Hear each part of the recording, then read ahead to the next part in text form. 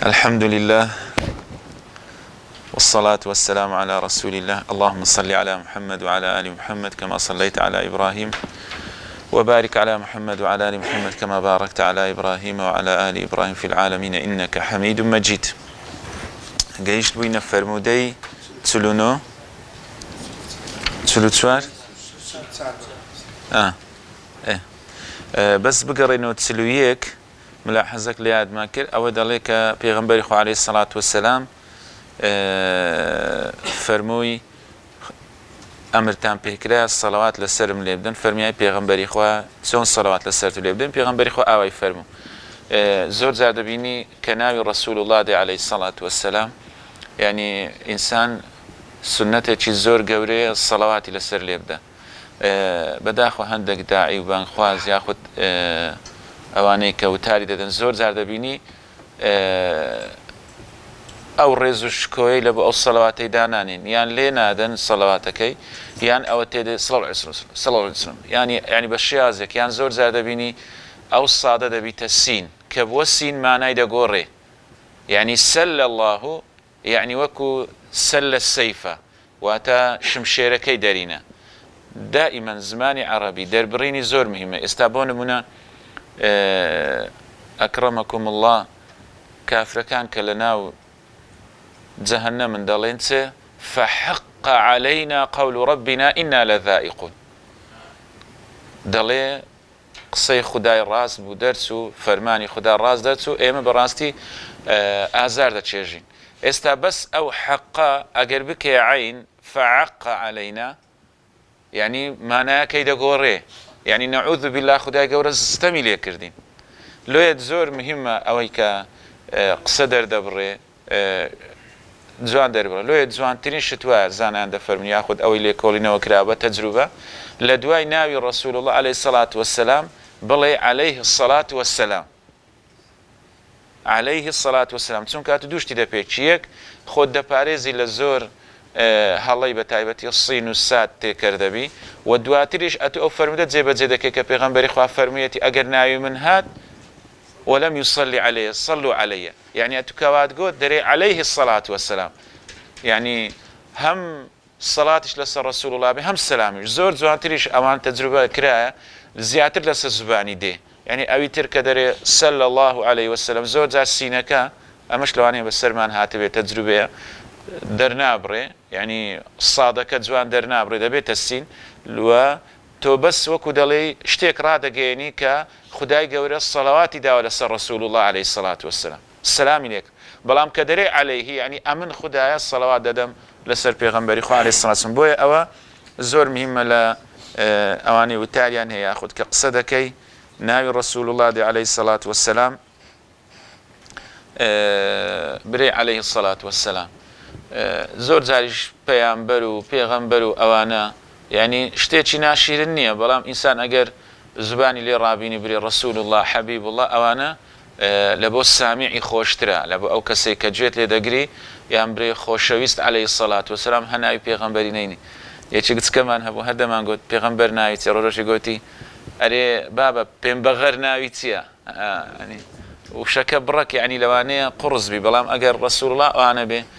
شك وجماني تدانية سودي زياتر دبيو بركة دارتر وزياتر لرسول الله عليه الصلاة والسلام نزكتر دبيو فرموديت سلوتسوار عن وائل بن حجر رضي الله عنه قال صليت مع النبي عليه الصلاة والسلام فكان يسلم عن يمينه السلام عليكم ورحمة الله وبركاته وعن شماله السلام عليكم ورحمة الله وبركاته أم فرمودية راستو درستا سنتك لبير كلا وبراستي للايان أواني بيش نجد كان إمام كان كأو بركاته نالين سزاي أويكا وكباس ما كر يكم الصلاة يكم السلام دانوي ببيدنجيا يعني أصل واي يكم السلام بدنجي بدوم أجا ببيدنجيش باعتيادي بلام أو أنا ببيت سوا أنا أمن لمزقوتي وتم وبركاته الشيخ لي الزور يعني الحمد لله إنساني مثقف وتيجيشتيا قلت للشافعي لك نقول درسني وبركاته زیاتر متفقن لەگە ئەسلام عەلەیکم بەخۆی حەنەفیە لە بەغدایە مش وتم ولكن رسول الله عليه الصلاة والسلام قال قبل الشافعي وتي أخي يعني شتك أجر عام بو يعني زور خلق كردي الرأي عامي لقلبو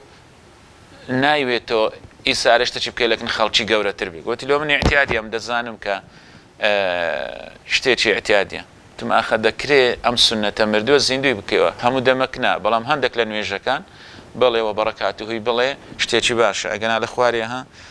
توضيحي داوا أيش تقريبا دلي السلام عليكم ورحمة الله بلام راستا زور بيت زاروابو بلام پیغمبری خواشی وتو كوات السنة أجر لحفتي زارة تشبه بياخد ماوة تشبه إنسان وبركاته بري بلان أو ما بستي أو يعني الرأي عام هي لا رأي عام لا ندي خوي مذهبي إمام أبو حنيفة خدي إمام أبو حنيفة يعني دبيني للان محدثة كان يأخذ للان أواني جرح وتعديل هنديك تعديل يان كردي هنديك جرح يان كردي يعني قلت يان ثقة نبو ثبت نبو بلام في كل الأحوال يعني بإنصافية فرمودي جيبت زي كده بلام لهندك شتي يعني دبيني فرمودكي رد كردو توا رأيكي ضعيف وإصابين كردو بلام أوش بإنصافية تو راس في صفريكي بونمونا برتوككي بناوي والله أعلم إعلاء السنن شتيتي آوايا يعني مجموعيك حديثي تيدا والله أعلم دقاتا 5000 أوانك بلغن لسر أويك إمام أبو حنيفة ومذهبي إمام أبو حنيفة زيبت زيان كردوا بلام بعام دبيني حديثي كان رد كردو تو كلا بخاري مسلمي شا بلام نيام بيكاوا بونمونا فرمودي مصرات أويك كسيك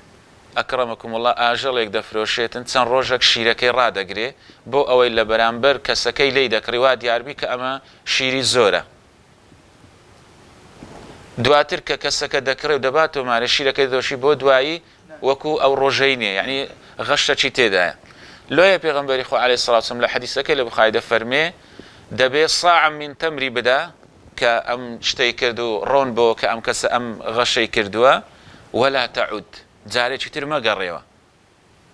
ئیمامی ئەبوو حەنیفە دەفەرمێ من ئیش بەو حەدیثەی ناکەم لەبەر چ دەڵێ لەبەر ئەوەی شیر و قەسب مقابل یەک نییە ئەو کەسە بۆ نمونە بادیەک یاخود مەجموعەیەک لە شیری بردووە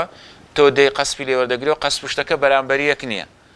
زانایان دەفەرمون لێرە مەبەستی پێغەمبەری خوا عەلەیهی سەڵات وسەلام بەرامبەر نییە مەبەستی عوقوبەیە دەکرێ ئەم عقوبێ لە زەمەنی ڕەسوول الله عەلەیهی سەڵات وسەلام صاع من تەمر بووە بەڵام دەکرێت ئەو جارە بیکە صاع من حینطە یاخود صاع من ئەڕوز مەبەستی پێغەمبەری خوا عقوبە بووە و بە تایبەتیش لە حەدیثەکەی دەفەرمێ وەلا تەعود جارێکی تر مەگەڕێەوە لۆیە یعنی ئیمامی ئەبوو حەنیفە هەندێک حەدیثی ڕەت کردوتەوە یاخود بە تایبەتی لە خەبەری ئاحاد نەیان پێکاوە یعنی گوتوویەتیان ئەوم بەرجانە هەموو دەبی بێتە دی زۆر قورسیان کردووە یعنی بلام في كل الأحوال يعني مجموع حديثي باشان إيش بيكردوا بلام وكو هنديك لمذهب إمام أحمد وإمام مالك وإمام الشافعي نبوة زياتر تسميل بلا بو حديث يعني زور مرجو اشتدانا لوي يعني دائما دبيني أواني يعني زياتر أو فكريان هي دلي اشتريشوها إثارة نكي لبرو الرأي عامة بونمونا لنويجي مغربان قصار الصور بخويني أو عمل أهل مدينة دواتر أما بيش عمل أهل مدينة عمل رسول الله ماني عليه الصلاة والسلام أمن نالم همو دميك سورة عراب بخويني سورة طور بخويني سورة كانتر بخويني بلام زارش أو بخوين دري همو زاري هر كابرا دي لا إلى في قريش هم زاري كابرا دي قل أعوذ برب الناس قل أعوذ برب الفلق يعني أوش دبيت تزورك لبدعات وبردوام كي بلام هردو چی بكي نكبري أمي دير أصلك والله دبي إلا قصار الصور بي نا أو يتريش هاتوا حديثي صحيح للسرة فرمودي تسلو دو منش أو ديارة پیغمبر خو عليه الصلاة والسلام خوي دا باراست و دفرمي ايوش خو تام بپاريزن لا توارشد اللهم إني أعوذ بك من عذاب جهنم ومن عذاب القبر ومن فتنة المحيا والممات ومن فتنة المسيح الدجال. لا شنس بختي أواني دجاية السنة دكن أما متفق عليه يعني أوي كبيغمبري خوي باراست وزور صحابي تيدا لواني كباسي عذاب قبريان كي تسر صحابي تيدا لفرمودا كان بهموي تسندان فرمودا هاتو بتايبتيان فرموديا كبيغمبري خو أمري بيكردوينا يعني متفق عليه في أعلى درجة الصحة. يعني أون يبري تنيا بخاري ياخذ تنيا مسلم ياخذ أخرجه مسلم أخرجه البخاري، لا في أعلى درجة الصحة يعني متفق عليه أو أعلى درجة حديث الصحة برزية كمرتبة هي أعلى درجة بخاري ومسلمة دواتر بخارية دواتر مسلمة دواتر أخرجه الشيخانة دواتر يكتشيانة أو جاوزيان هي راس بتينة سلو بينت قراينو دي خيري تدا إن شاء الله. كان يقول في دبر كل صلاة مكتوبة لا إله إلا الله وحده لا شريك له له الملك وله الحمد هو على كل شيء قدير اللهم لا مانع لما أعطيت ولا معطي لما منعت ولا ينفع ذا الجد منك الجد. أو دعاء شكر دو بيغمبري خو عليه الصلاة والسلام أوش لبير كراوة أو الزندو كينو هلو خومانو خارتش فير بكين اللهم إني أعوذ بك من البخل وأعوذ بك من الجبن وأعوذ بك من أن أرد إلى أرذل العمر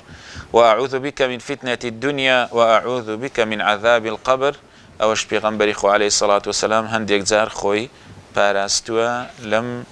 أم دعاني كردوا كخوي لم زورشتانا باراستوا تون نا دبر يعني لدواين ويش همونا أو متفق عليه كوا شكو جماني تداني ورنا فرمودي تلونو. عن معاذ بن جبل رضي الله عنه أن رسول الله عليه الصلاة والسلام قال له أوصيك يا معاذ لا تدعن دبر كل صلاة أن تقول اللهم أعني على ذكرك وشكرك وحسن عبادتك. معاذ كوري جبل دفرمي بيغمبري خوا عليه الصلاة والسلام بيراغياندم كوازنه ينم لدواي همو نويجيك هر نويجيك بيت زاد سنت بياخد فرض بي بلام زياتر زانان دفرمي بستي بي صلاتي مكتوباتا بلي اللهم أعني على ذكرك وشكرك وحسن عبادتك. خدا يارمتين بدي يادي توبكم وصفاسي توبكم وبنديتي باشو تساقبم. أم فرمودي للان فرمودناسا لصفتي مسلسلة يعني أم فرمودانيك بتسلسل هاتوا يعني مسلسل قل ما على وصف أتى كذا أما والله أنبأني الفتى أو كذا حدثنيه قائما أو حدثني كان تبسما أو أمزورشتانا يعني وين جرينجي بالسنة داوت سون جرايته مسلسل بالبكاء مان هي مسلسل بالضحك مان هي مسلسل بال يعني محبة أو يك كلوانية يعني تسوني جراوته أو أما أنفر مديك كلوانية يعني هر كس يقبو كس يجي جراوته فرمي والله إني أحبك لبروي لفرمودك لا أبو داود هاتوا بيغمبري خو عليه الصلاة والسلام فرميتي والله إني لا أحبك دو زار بيغمبري خو السين دي خو فرمي يا معاذ السين بخوا منتم خوش دوي لو أو فرمودنا سكنا لنا مسلسل بالمحبة هكذا تجي راويته وتيتي والله إني أحبك في الله أمش وكو من هذه محدثة كان والله إني أحبكم في الله لا تدعوا دبر كل صلاة أن تقولوا اللهم أعني على ذكرك وشكرك وحسن عبادتك يعني وازمين حتى بيتان ذكري أم دعاي بكن لا دعاي همو نويجا كان حتى لا برتوشي الأدب المفرد إمام بخاري كبتايب براستي برتوكي نايابة أجر هنديك حديثي لا وازيتي دا إمام ألبانيش تحقيقي كردوا لويندر معاذ زوابي بيغمبري خواده داته دفرمي والله إني لا أحبك دفرمي يا رسول الله والله من اشتم خوش دوي زاني دفرمي بو بيغمبري خو عليه الصلاة والسلام فرميتي لبروي معاذ يك يقبل فقيه كان ويك يقبل وانيك پێغەمبەری خوا عەلەیهی سەڵات وەسەلام زۆر لێی نێزیک بووە زۆر تێگەیشتوو بووە بۆیە پێغەمبەری خوا عەلەیهی سەڵات وەسەلام پێی فەرمووە من تۆم خۆش دەوێت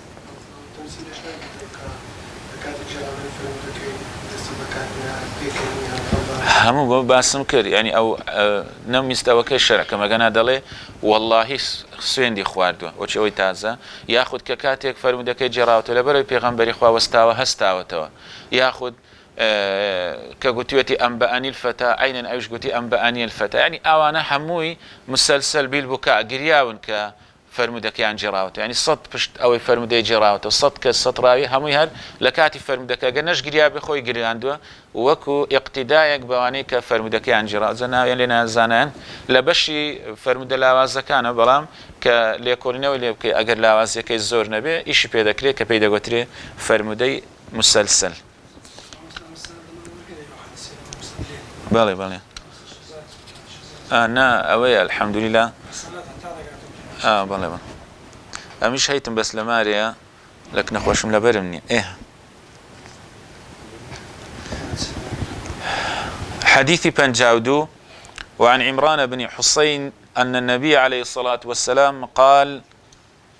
پیغمبری خواه فرمویتی صلي قائما نوێژ بکە بەوەستاوی فإن لم تستطع فقاعدا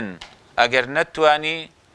بەدانیشتن فإن لم تستطع فعلى جنب ئەگەر هەر نەتوانی لەسەر لاتەنیشتێک وإلا فأومئ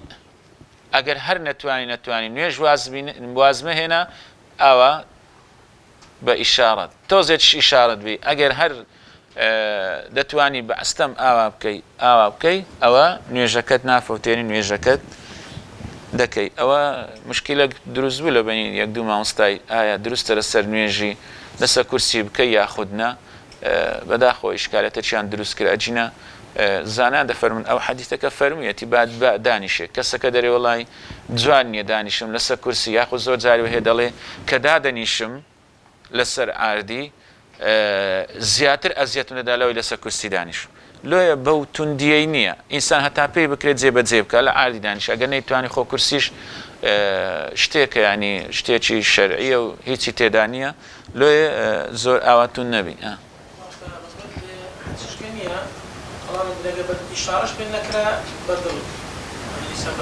نازام ئەوم نەبیستووە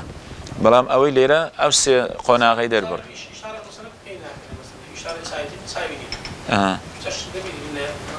ئەو جا و کاتی خدای گەورە خۆ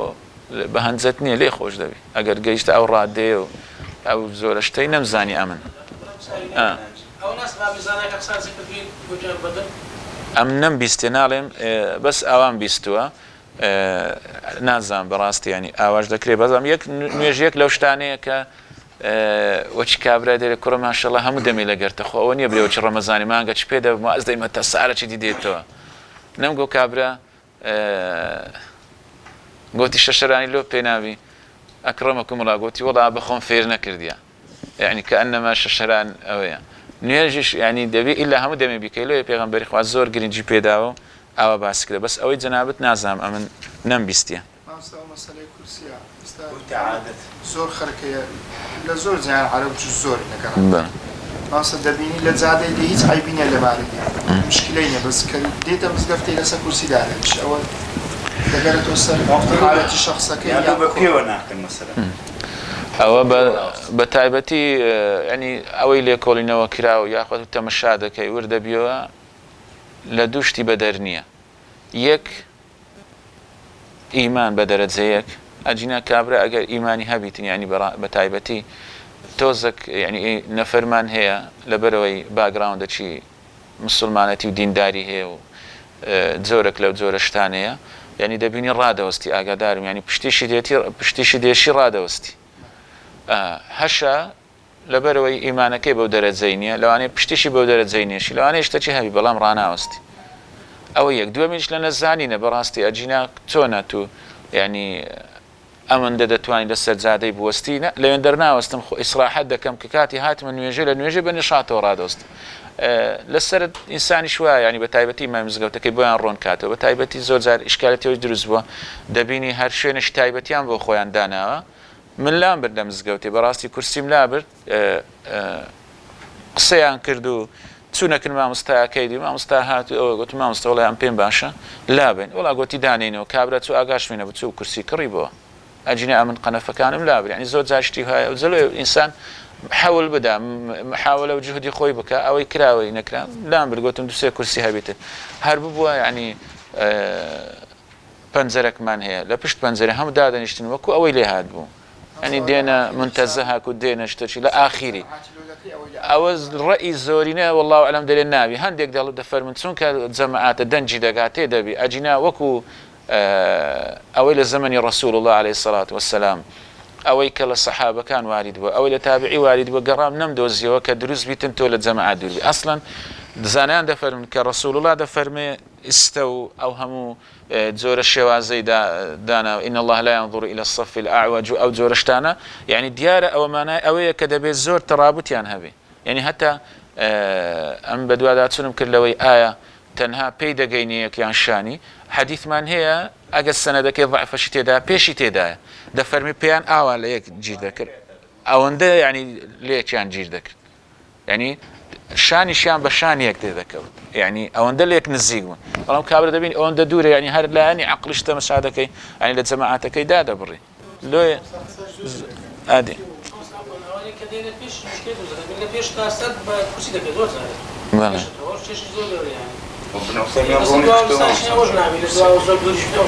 چۆن یعنی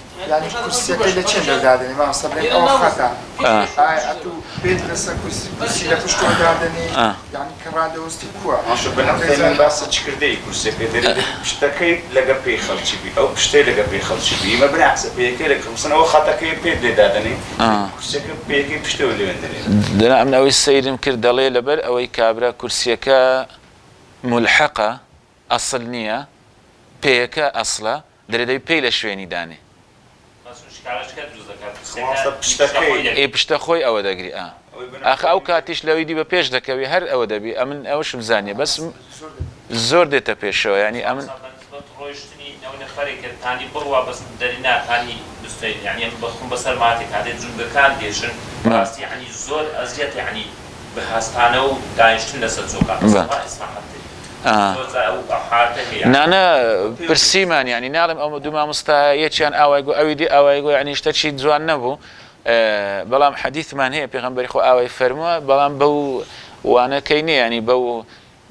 توندیەی نیە تو بڵێ نە دروستی لەسەر کورسی نە ناڵم پرسیمان دەڵێم ئەگە دادەنیشم زۆر ئازارم زیاترە لەوەی کە بە پێوە ڕاوەستم ئێکەواتە لەو حاڵەتەی وەسەتی بینی هەردووچیان کورسیە مەبەستم ئەوە بزیاتر لەوێ حەدیثم ئیثارە کرد و باسمان کرد سجود السهو وغيره ورنسفر مدي دوم عن أبي هريرة رضي الله تعالى عنه قال صلى النبي عليه الصلاة والسلام إحدى صلاتي العشي ركعتين يكلن يجكان بيغنبري خوا دور كعاتك ثم سلم دواتر السلام دا ثم قام إلى خشبة في مقدم المسجد دواتر بيغنبري خوا بالي با داري چي مزگوتا كدا فوضع يده عليها دستي لسردانا آوا تقريبا شتيتي آوا بي آوا دستي لسردانا وفي القوم أبو بكر وعمر لنا خلق كي نويجان دكت بيشوا أبو بكر وعمر هبو دنين زانان دفن بردوان بيشوا أبو بكر وعمر للاي راستي بيغنبري خواه لاي تسابي دوستان فهاب أن يكلماه يعني وكو بليد زوريك لشرم ينكرت لقل بيغنبري خواه قصيبكا وخرج سرعان الناس فقالوا أقصرت الصلاة خلق دەرێ وەکو دەڵێ دەستی پێکرد قسەیان کرد غەڵبە غەڵب ئاوا لە کوردای دێنە غەڵبە غەڵبی دەستی پێکردی خەڵکی گوتیان ئایا نوێژ کورد کراوەتەوە وفي القوم رجل يدعوه النبي عليه الصلاة والسلام ذا اليدين لەناو خەڵکەکەی کەسێک هەبوو پێیان دەگوت خاوەندوو دەست یعنی دەڵێن دەستی تۆزێک درێژ بووە یاخود گەورە بووە فقال يا رسول الله عليه الصلاة والسلام أنسيت أم قصرت الصلاة أي پیغمبری خوا ليادت سو ياخد نويش كرد بوتوا فقال لم أنسى ولم تقصر نلا يادم تسوى ننويش كرد بوتوا فقال بلى قلت بلى أي پیغمبری خوا قد نسيت ليادت كرد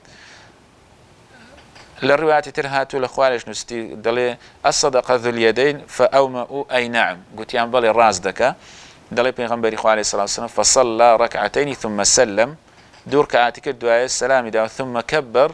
دعاء الوتي الله أكبر ثم سجد مثل سجوده أو أطول ثم رفع رأسه وكبر ثم وضع رأسه فكبر فسجد مثل سجوده أو أطول ثم رفع رأسه وكبر يعني أو كما دور زاردتين ك هنديك دلين بلي سبحان من لا ينام ولا يسهو بلام الروايات نم زاني وارد بي يعني للسنة أنا بلام قصيتي جوانه يعني دعاء سبحان ربي الأعلى أجر أوش بري يعني باكو من الزهوي لبو أو خداعي كسهوناك أو هلناك تودي سبحان من لا ينام ولا يسهو من قلم هلم كردو دعاء السلام دا ديو كوتاي بيدي أو بلي هندك دلين يك سلامي تيدا هندك دفرم السلامش نديو خوي بخوي السنة سلامش نديو اعتيادية دعاء تلاوة بخيني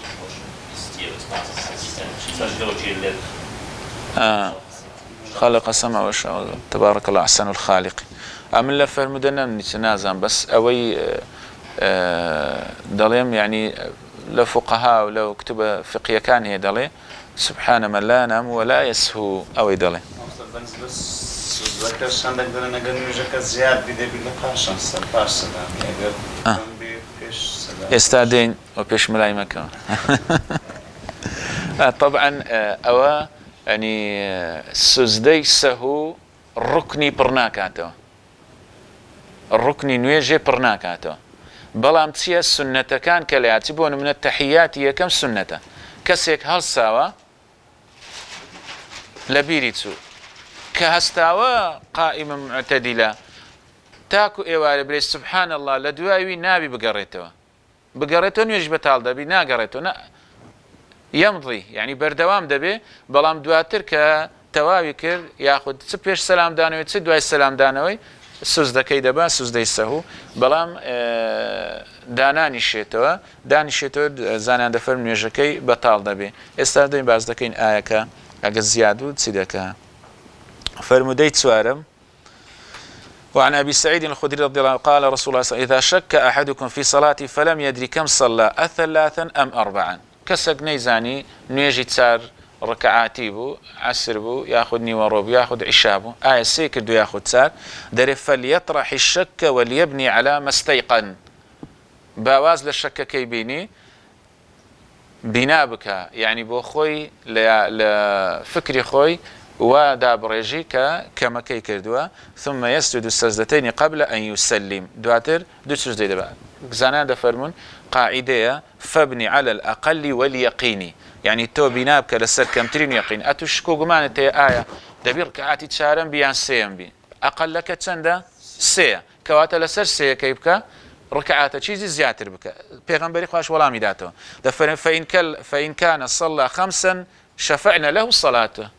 صلاته فرمي اگر 5 ذكر بو او ان شاء الله نويجكي زياده شفاعات لبو اذا كان نويجكي وان كان صلى تماما كان ترغيما للشيطان ده فرمي اگر تواوي شكر بو هر سيبو شكو غمانك ليكر بو تسار او دبيت سرزنشتك دبيت دلتون ديك لبو الشيطاني نويجك شي درستا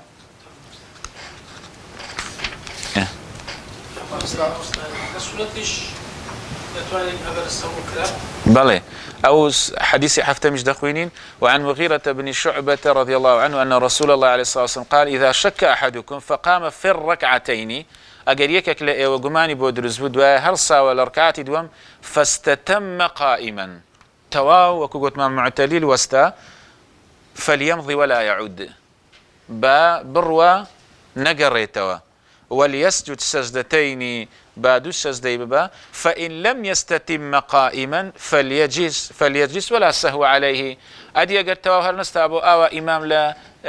إمامي يأخذ بأخذ بتنياي أو بشتت أو وبيرتاتو راس دانيشوا سجدة سهو شناوي حالتنا كده بس كنجي أوات كرت أو دبي دانيشوا أو حديث اشتكي للسر بس أو عندي دخوينينو كوتاي بيدين تكون عندك وقتين بردبوين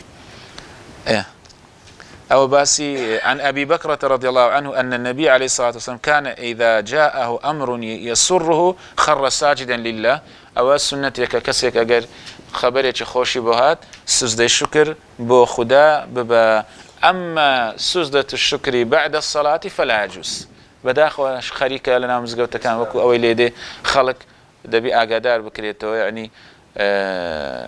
لدواي نوينجي عندك لدواي قامة لدواي ذكر وياد أوانا رازة السجدة شي دبا سجدة شكر أو درستنيها تكواريد نبوة حديثك هي بلام حديثك لكتب الشيعي دهاتو بتايبتي لمن لا يحضره الفقيه ياخذ تهذيب الأحكام للطوسي كنعوذ بالله وكبري درويك بزباني رسول الله ذكري عليه الصلاة والسلام كهر كسيك دواي نويجي سجدة الشكري ببا خداي قول دفرمي أو اندا قوريا أمش سجدة الشكري لو دبا يعني حديثك أواهات ولا كتبه كان سيرم كرت أو درستنية وشكو قمان تدانية أو كدالي فعلية شيعية هاتو تنامة خواي قورا بنام